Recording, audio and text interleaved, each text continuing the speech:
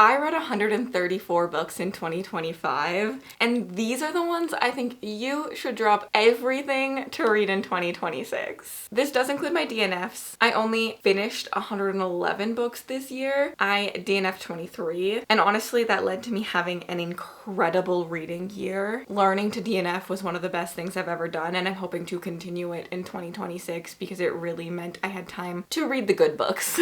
And so I couldn't make a top 10. Today we're getting a top 15 because I just had too many books I wanted to talk about. Editing Cassidy in here because you guys are gonna make fun of me as we continue this, and I did not pick 15 books. I numbered them 1 to 15, but I just happened to go 1, 2, 3, 4, 5. 2, 3, 4, 5, 6, 7, 8, and I didn't catch it. So enjoy my top 18 reads of the year, which honestly I couldn't pick, so I would have just done top 18. Like, I wrote down all the ones I needed to and then I numbered them. So like I would have just told you we were getting a top 18. They are ordered. We're gonna start at 15. We're gonna leave the best for last. But to be honest, you have to remember this is like 15th place out of 111 finished books. That's pretty impressive. These are all incredible. I recommend picking up any of these if they scream to you when I talk about them. In 15th place, we have a contemporary romance, which is such a shocker for me. I've always thought contemporary romance was not going to be for me. As a fantasy reader, I typically love a lot of plot, and so I have been very, very nervous about branching off into the romance genre. I have dabbled in dark romance a few times, and I do enjoy those a little bit more than just like standard contemporary, but I have found some gems that I have loved, and I want to continue trying more contemporary romance to figure out what I love. I just think I need some like more themes and a little bit of plot still in there, and this one is the first contemporary romance that I ever gave 5 stars to, so I think it will forever hold a special place in my heart. But Lost and Lassoed by Lila Sage. I read this entire series this year. I didn't love the second book in the series. The third is my all-time favorite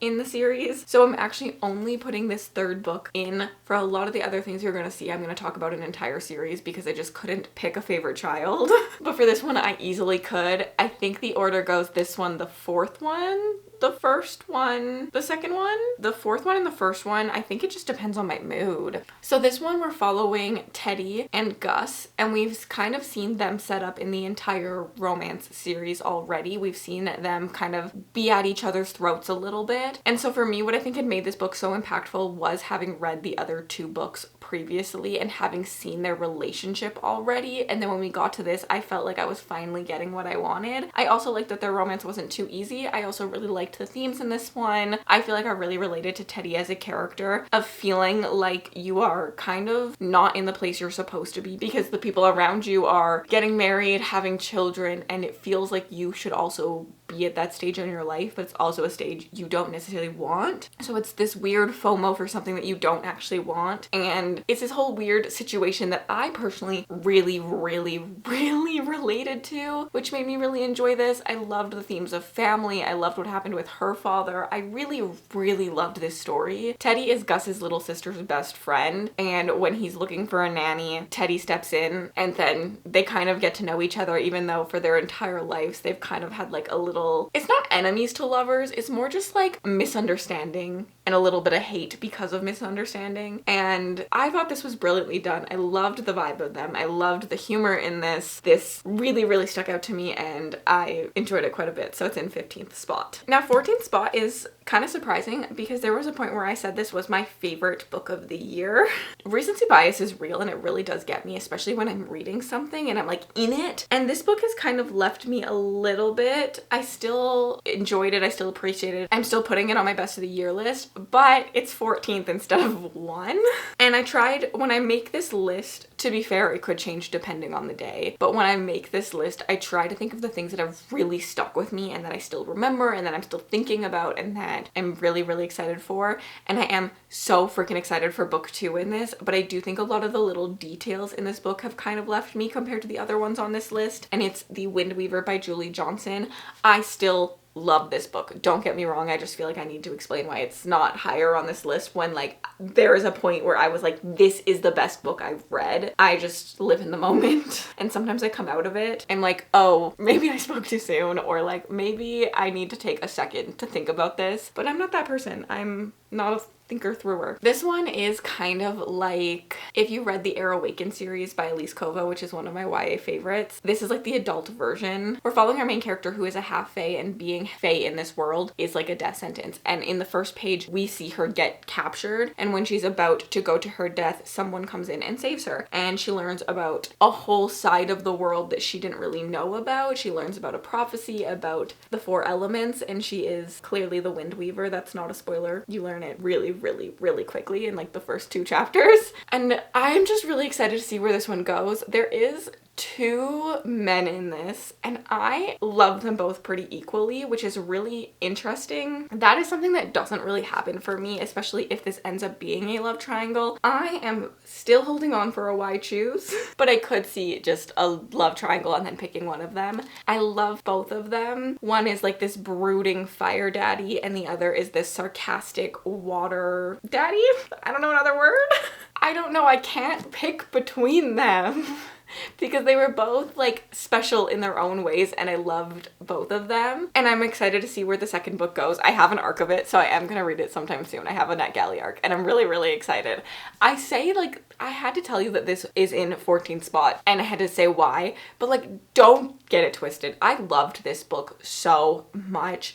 I feel like it was a really good amount of romantasy and plot. It is a setup book in a lot of ways, but it felt so like old school romantasy almost. Like Throne of Glass-ish, even though I'm an ACOTAR girl, but I feel like it had more of those vibes than some of what you will see on this list. In 13th spot, we have City of Gods and Monsters by Kayla Edwards. To be fair, this one probably could have been higher if I hadn't read the second book also this year. This was a 5-star read for me. I loved Darien Castle so much. I bawled my eyes out because he's such a fucking sweet man and I just thought that he was incredible. However, I didn't like the second book very much. I gave it 3 stars. I'm still excited to continue on in this series, and honestly, most people like the second book more. I think the second book has a lot more plot. The first book has a lot more romance, and I missed the romance in the second book, considering the reason I loved the first book was Darien Castle. But this is so epic scoped, epic in scale. We're following Lauren, who is a human, and when bounty hunters come after her, she doesn't freaking know why, because she has no magic. There's no reason for them to go after her. And then we have this one bounty hunter, Darien Castle, who's like one of the biggest, baddest of them all, and he's like, why is this bounty so high on her? Like, this makes no sense. So instead of doing his job, he ends up protecting her and trying to figure out why exactly the things are going the way they are. And I don't know. I just love this man. And that's why I loved this book so much. This one is just truly epic in scope. It is a secondary urban fantasy, which I really, really love, which means it's a city setting, but not set on our world. It is a secondary world. I really liked all the uniqueness in this, the magic, how like if you go out past curfew, there's like demons and stuff that are out and all these other things, and like a school setting a little bit. And it just, I don't know. I vibed with this first one. In 12th spot, we actually have a 4-star read. This is the only 4th star that made it onto this list. I think that this will end up becoming a 5-star. I think it's already on its way there. Just in my memory of it, it's really stuck with me. And that is a horror book, Play Nice by Rachel Harrison. I have a harder time giving horror books 5 stars right off the bat. I think because they're shorter and I don't live with them as long, or like I'm not in a series with characters a lot. Like if you notice, you will notice a lot of times my favorites are not the first book in a series. I like to be with my characters for a decent amount of time before I'm like utterly obsessed with them, and that's what makes it feel 5 stars. So I do think horror, I just have a little bit of a problem with giving 5 stars because of that. But honestly, I also give Rachel Harrison's Black Sheep 4 stars, and I would now tell you it's a 5-star. So I think that I just do have a struggle with it right away, and I have to like slowly let it like sit with me and feel the emotions a little bit longer. This one follows our main character who grew up in a haunted house, and when her mother passes away, her mother gives their house to her and her sisters, and she takes it on herself to go back to this house and renovate it to sell it and make some money and kind of do like a flip and do it on social media since she's kind of an influencer. There were so many beautiful things in this. I love when there's a haunted house story where the house is a metaphor for real world problems, and that's what this is. This house is a metaphor for not only just her grief, but also the trauma she's experienced and the feelings she's experienced. She is a younger sibling, and so I also related a lot to that. I thought what she went through a lot of similar things with like not being taken seriously sometimes, and kind of just like then letting people not take you seriously, because what's the point? If nothing you do is ever good enough, why try to be good enough? I thought that was really relatable. And I don't know, some of the toxicity in this, I just loved watching them all work through, and also found it really relatable because families are messy, relationships are messy, they're not cut clean and perfect. You're gonna hurt each other's feelings, you're going to say the wrong thing, you're gonna do the wrong thing sometimes, and I just really did enjoy this. And I thought it was kind of like if Black Sheep and The September House had a baby, which are both some of my favorite books, and I loved like some of the campy humor in this. I thought that that was really well done. I really enjoyed our main character. She was spunky and like sarcastic and things like that, so this one definitely stuck with me and ended up on this list. In 11th place we have Onyx Storm. Could it be a best of the year list without this book making it on it? I do think I have some recency bias and this probably should be higher up, considering I liked this better than the second book, and I think the second book was on a higher list, but maybe I just read better books this year. I read a lot of incredible books. I love this series. This is the third book in the Fourth Wing series, and there's Dragon Riders. I just think that the expansiveness of this is really good. I love when Romantasy does this. I think that there is romance at the core of this, but there is so much more. There's a story about corruption, about knowledge being power. There's a critique on our society and just like government and propaganda and things like that. I liked the relationship moments in this. I did enjoy this one quite a bit. I think this is just a beautiful continuation of the series. I'm so excited for book 4. Can't wait till we get it released. I think that this series is just going to go down in history as one of the best fantasy series. Like, we can call it Romantasy, it is Romantasy, but at its core this is a fantasy series. And I think that's what turns a lot of people off, is as we've gone on and on, I've definitely seen more of the fantasy and less of the romance, and I am loving that as a fantasy reader, but I think some of the romance readers might be struggling a little bit with it. But also it's such a gateway then to so many more incredible stories that are more fantasy than romantasy. But there's nothing wrong with both genres. I love them both pretty equally, to be honest, and I think that when something like this really gets that deep and epic scale while still having romantasy in it, I get so freaking happy, and I think this does that so freaking well. And I love the representation of Violet. I think that her writing something that she also goes through and that family goes through is always interesting to see someone else's perspective on something and how they see it. Really enjoyed this one. Not a shocker. Let's move on. In 10th spot, we probably have the most loved book of the year. I think I've seen this on so many best of the year lists already, but we have Sunrise on the Reaping. I had a very different experience, and I think a lot of people had with this book. I still gave it 5 stars, but I remember people just sobbing reading this book, and as I read it, I was like, why are we sobbing?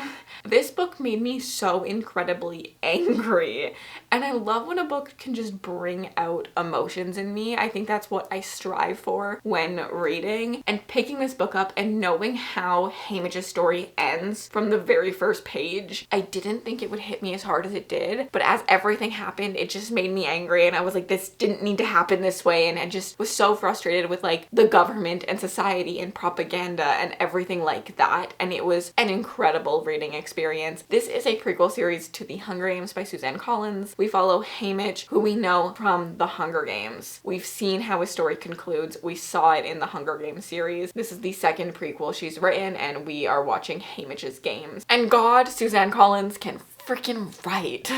The way there are so many little things that happened that like tied into the Hunger Games, little Easter eggs. Like, did she always plan to write this, or did she leave just things open in case she'd planned to write this? Did she never plan to write this and it just happened to fit?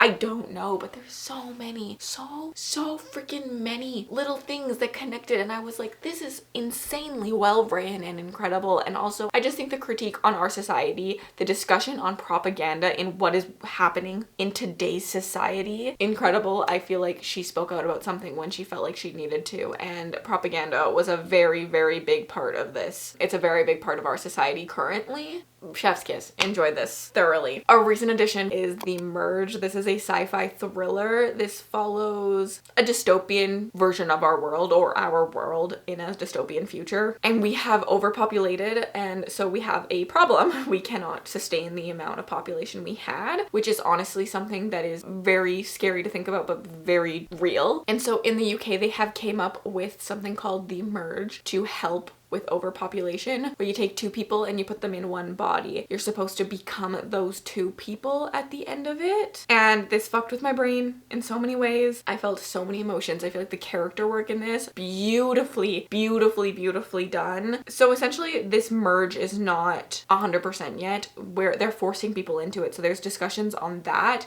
and there's people like fighting against it, which I also feel like right now in society this hits really hard with like some of the things happening to our rights and stuff. So like if you go to prison, you're automatically forced into the merge and things like that. And so we're following two characters who are in an experimental trial for the merge because it's about curing illnesses. We're following a mother and daughter, and the mother has Alzheimer's. So the idea is if they merge, it'll cure her Alzheimer's and she'll get to live with them for however long the daughter lives, because she'll be inside the daughter's body with her. I got real in this vlog about how Alzheimer's runs in my family and things like this, and I felt like it was such a deeply well done portrayal of both sides, like the mother and the daughter side. This book was incredible, heavy hitting, and I want to cry just thinking about it because it was so freaking well done and amazing. So please, more people read it. In 8th spot, we have The Intercepts, which is a horror I read and was obsessed with. This is so creepy. We're following our main character who works for a government job, but he's not allowed to talk about it. No one knows what he does. No one knows anything. This job is so top secret that if someone dies, they hire actors to come to that person's funeral. So like conspiracy theorist lovers out there, read this. This whole story, I just was like, what the fuck is going on?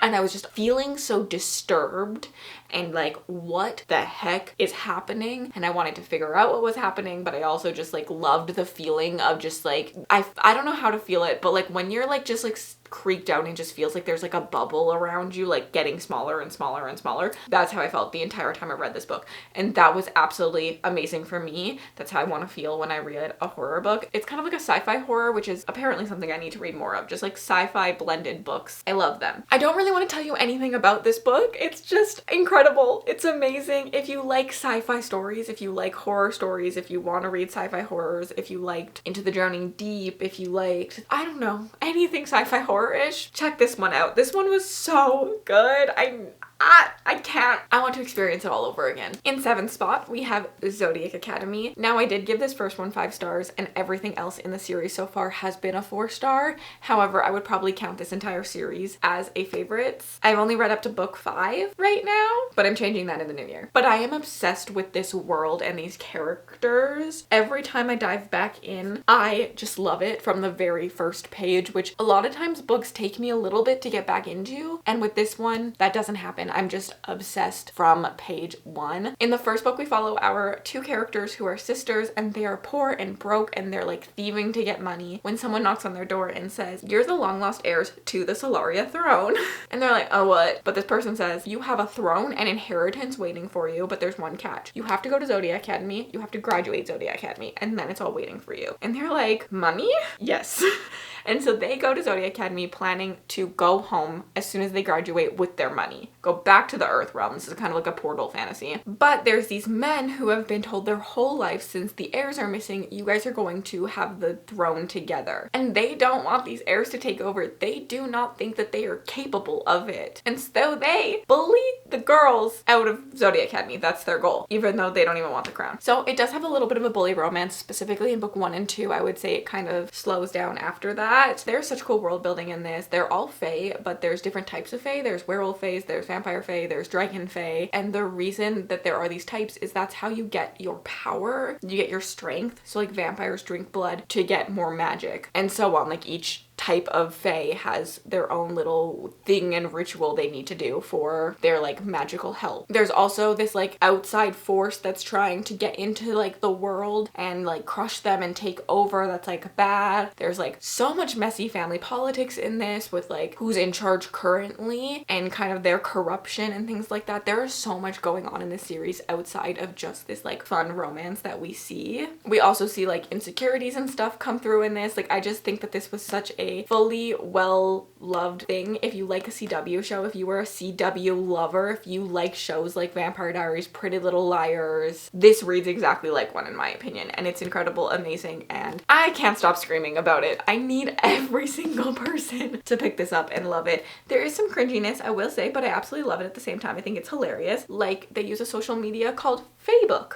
Incredible, right? In number 6 spot, we have one that really shocked me actually. I was not expecting this to make it so high on a favorites list, or to even, honestly, I wasn't expecting to love this the way that I did, but it's The Thrashers by Julie Soto. This is a YA like mystery thriller, and I've realized I need to read more of these because I loved A Good Girl's Guide to Murder by Holly Jackson, and it gives similar vibes. Essentially in this, we're watching a group of friends that are called the Thrashers, and there's this thing at this school where they thrash people. That's what they call it, when they make a friend with someone and then they randomly ditch them. And so we're watching the aftermath of what happens when someone got thrashed and what exactly went down. This girl died and we don't know what happened. There's like rumors going around and things like that, and while we're in the story, we're trying to like discover exactly what happened. I loved that this book showed that actions have consequences in a lot of ways. I loved our main character quite a bit. I liked watching her emotions. I related a lot to some things, like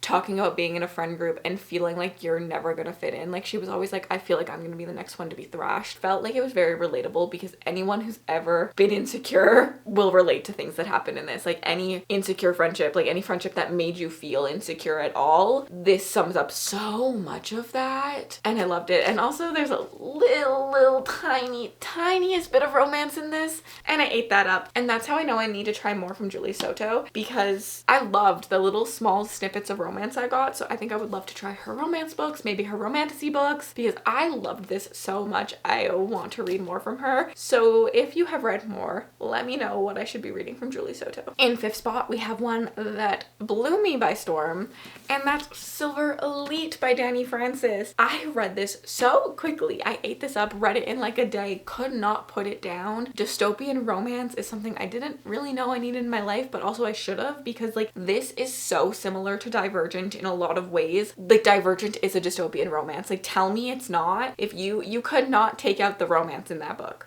Like, 4, I was obsessed with him.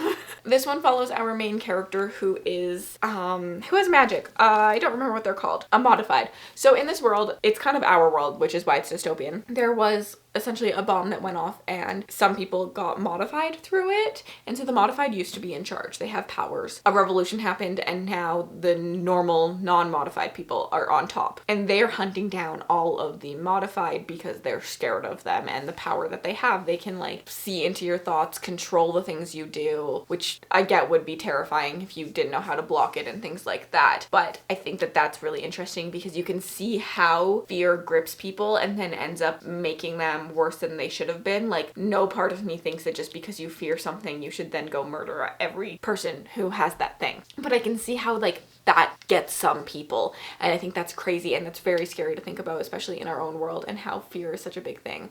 In this, we end up watching her use her abilities and kind of get recruited for the military, and she joins a military academy. She's kind of forced into it. She has no choice, and she kind of works for the revolution of the modified from within as she learns more about like people and stuff. It critiques what fear is, what propaganda is. Like, there's so much propaganda. It talks about someone who grew up in the propaganda, how they of course think you're bad. That's what propaganda does. And so how it's hard to break through those thoughts and how it's a slow progress, and we kind of see that slow progress happen. We see a character make little changes, we see other characters not really make changes, and that's just very true to our human existence and how these things go. And I'm excited because I think this is such a setup book for the taking down of the system. This is us seeing the system. This is the critique on the system. I feel like just like Divergent, like I feel like the first book in Divergent, we're going in and we're seeing what the system is, and then in the later books we take it all down together, and that's what I'm excited for in this book. I think the next books in the series are going to be so good. There are some twists in this that really got me, which is really shocking. I'm normally someone who likes to theorize and I see a lot of things coming because I'm thinking about it the entire time. And there's a twist that really, really, really got me in this. There's one that was really obvious, and then there's one thing in this book that I absolutely hate and that I think was really stupid. She makes the dumbest decision in this, and I think it wasn't really needed. Like, I think that there were so many different ways we could have done this other than just like this convenient dumb decision she makes. But I love this story so much that I just overlooked some of the dumb decisions she made because I had a lot of fun with it. In fourth spot, we have Reign of Shadows and Endings by Melissa K. Rowick. I ate this up. I also read this book in a day. You're gonna hear that probably a lot. But this is a chunky boy. This is not a small book. I couldn't put this down. I literally couldn't. Like, there was no part of me that was taking my headphones off for a second because I was so into everything that happens. This is a little bit of a dark fantasy romantasy. It's epic in scope, which I loved. And we're following our main character, who is a fae, and the fae are told that they are going to serve the legacies. The greatest honor you can do is be chosen to be a legacy source. Our main character doesn't agree, doesn't think so, has spent her whole life trying to not be chosen. However, of course, she's chosen, and she's chosen by the biggest, baddest legacy realm of them all. There is a lot of talk about consent in this, in my opinion. There's really real relationship moments in this. I loved the discussion on like what was her choice and what was maybe her being in this position and just trying to find the best scenario and not necessarily what she wanted and things like that. There is so much that's deep in this book. I can't even explain. The characters are written so well. You are going to probably hate a lot of the choices the male character does in this, but you understand him so clearly that it's like, I get it. I get why you're doing this, but I want to shake you and tell you you're stupid. That's how I felt the entire book, at least. But I loved him still because like I understood he was making all of the wrong decisions for what he thought was the right choices. This was so good, and like there's gods and stuff and like the magics and stuff. It's so expansive. This is honestly incredible. I've read the first two books. The second book I didn't love as much. I loved the first one quite a bit, and I know that third and fourth one are gonna hit so hard. I know Melissa K. Rowick is gonna knock it out of the park. I'm kind of scared to read them, but I'm expecting to love them in 2026 and see them on that best of the year list because this was incredible. And if you are a romantasy reader who loves epic scope, who wants more fantasy but still wants romance, pick this up. This is incredible. This is one of the best books you'll ever read. Guys, I messed up. I really messed up.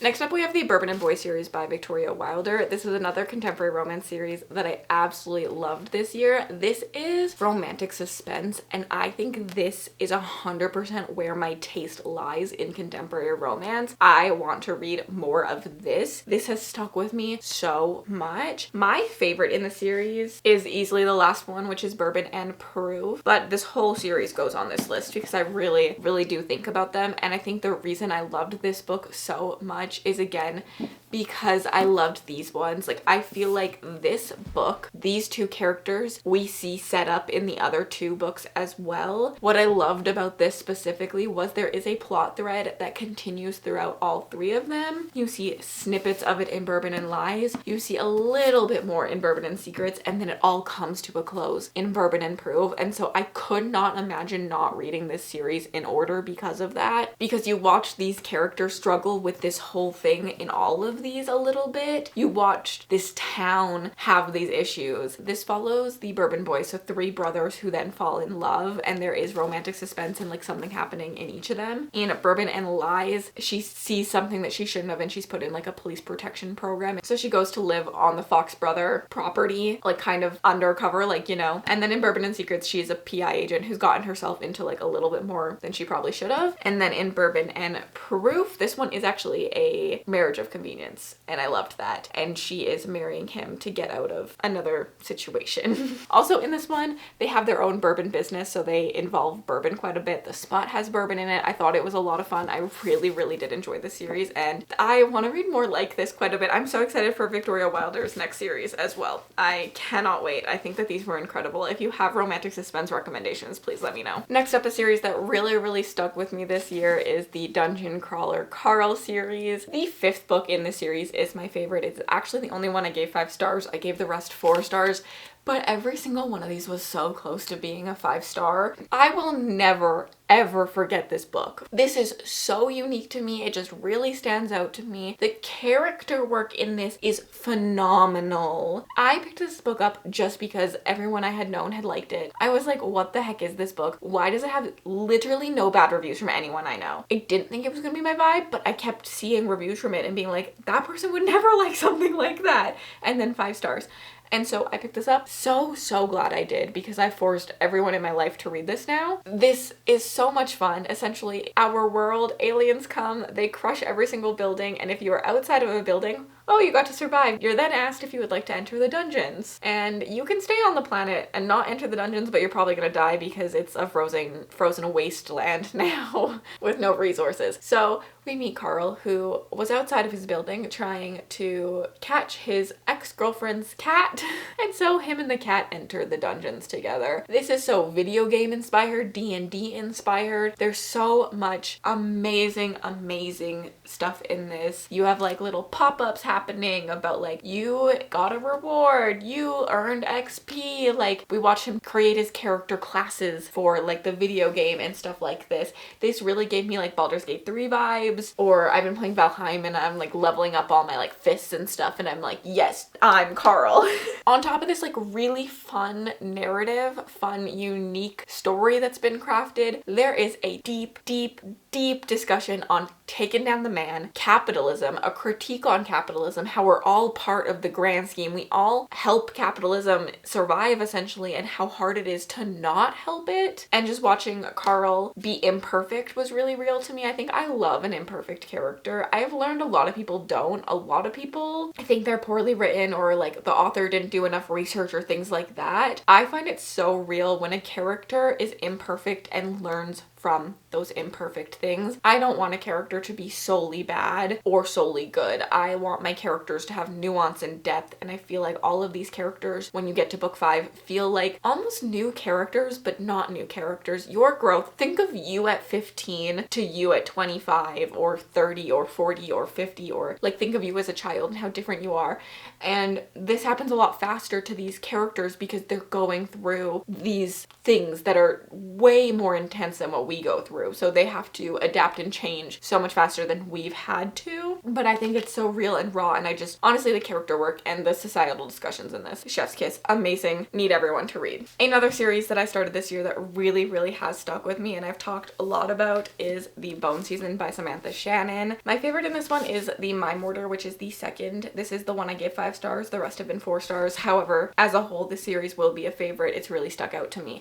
This is a dystopian fantasy. We're in our world where there's clairvoyance. We follow our main character, Paige, and she's worked her whole life in a crime syndicate, working her way up, and now she's really high up. But when she accidentally uses her powers in the wrong place, she is taken to a prison that is very unique and different, and she learns the secrets of our world, the secrets of what's really going on, why clairvoyants are hated so much, and things like that. I loved the family aspects. In the second book specifically, I loved being with the gang and all of that, but I also loved in book 1, we're kind of like breaking out of a prison, and I thought that was a lot of fun, and I loved the warden, and I loved learning all about the world building and the different types of clairvoyance and what that meant, and why Paige is so like high up and why her power is so like valued and things like that. And I loved something about taking down a corrupt system. Truly, at the end of the day, I want to read about that in every single book I pick up, and I loved this. This is so well done, has incredible character work again, and I really relate to Paige. She makes the decisions I would have made, so I think that that's really interesting. Next up, we have Direbound by Sable Sorensen. I also was shocked by this. I was a little worried when I picked this up that it might be a little too close to Fourth Wing, because this is kind of like Fourth Wing but more gruesome and with direwolves, but there's so much unique in this. Only the like base premise setup of like an academy with animal companions that will kill you is the same.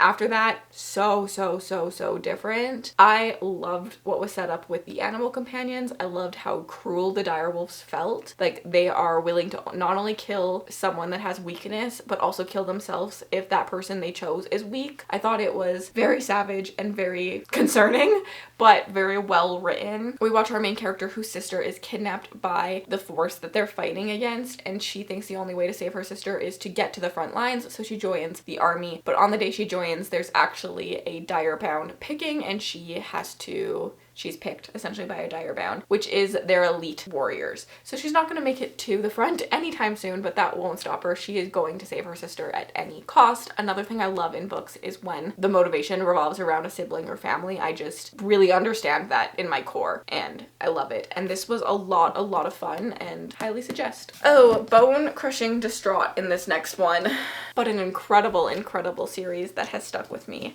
The Final Strife by Sarah El-Arifi. I've read this and the second book. This is my favorite. Second book I gave 4 stars, but still absolutely amazing, and would recommend this whole series as a best of the year. I think that this series, when I finish it, will go down as one of my favorites. This is so well written, so heartbreaking in so many ways. We follow a world where there are 3 types of bloods. There's red bloods, blue bloods, and clear bloods. The red bloods are on top, then the blue bloods, and then the clear bloods, and there are vast, like, wealth differences, society differences between them, and there's so much prejudice for the other ones. This world is cruel as fuck. The white bloods are treated terribly. The conversation and the, like, resemblance to how our society has treated people of color and things like that in this society, in our world, is harsh to read, like hard to read, but a really worthy read and to think about as you read it. But we follow our main character who is a red blood, but the blue bloods at one point were like, we need to rise up, we need to take over because the red bloods are treating everyone so terribly. And so they go in and they steal the babies of the red bloods and replace them with their blue blood babies, and then they raise these red bloods as blue bloods essentially, so that one day when they're older they can enter in this competition, which is how the red bloods choose their next rulers. The only thing you need is red blood to be able to compete in this tournament. So our main character is a red blood raised by a blue blood, and now she is going to go compete in this family. I'm filming. What's up? Incredible. Sorry for interruption, but I brought you gifts. Amazing, incredible. I love you so much. Bye-bye. It's eggnog too.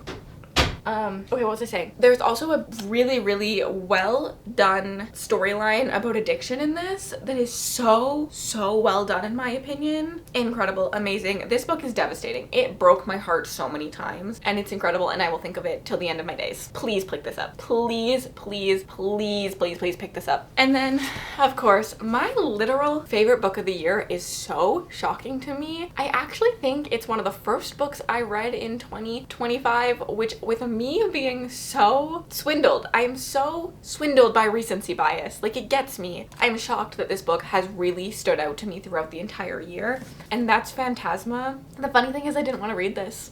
I had no plans on reading this. I thought I was going to hate it, but Booktuber's favorites last year made me read it, and it's the best thing it ever did because 5 stars, incredible, amazing. I think the writing style in this, the words that Blackwell is saying in this, I think about them in my dreams. This follows our main character whose sister goes into Phantasma, which is this tournament that happens every single year, and it's scary. Things can happen. You can die. You can make the wrong deal with demons and stuff. And so she goes and she tries to look for her sister, and she also ends up joining the Phantasma trials. While there, she makes a deal with one of the phantoms within the halls in order to help her survive. And it's incredible, and I think about this romance constantly. I think about Blackwell. I think about the ending of this. I don't think it was that big of a twist. I kind of knew what was going to happen, but it still really like stuck with me. Like this whole story has really stuck with me. There's trials in this, and the trials I think about constantly. There are 2 that really stick out in my brain. There's one that I remember watching and being like, oh my god, I'm never going to not think about this when I read a trial book. Like, the trials felt so well done, and they felt like they had stakes to them, and that had me feeling really good. I love a story with stakes. I love a story with consequences. And so yeah, I'm obsessed with Phantasma. Obsessed. And I cannot wait for the third book, Daemonica, which comes out in the new year. It's going to be amazing. So there you go. This is my best of the year list. I couldn't pick, so I talked about them all. Amazing, right? I would love to know what your best books of the year were. What were your favorites? Are there any that I should be picking up right away? What are you excited about in 2026? And then if you made it all the way to the end of the video and you'd like to leave me an emoji just to say you were here, leave me a ghost emoji. And I'll leave some videos on the screen for you to check out if you'd like to continue watching my channel, and have yourselves an absolutely remarkable day. And Happy New Year!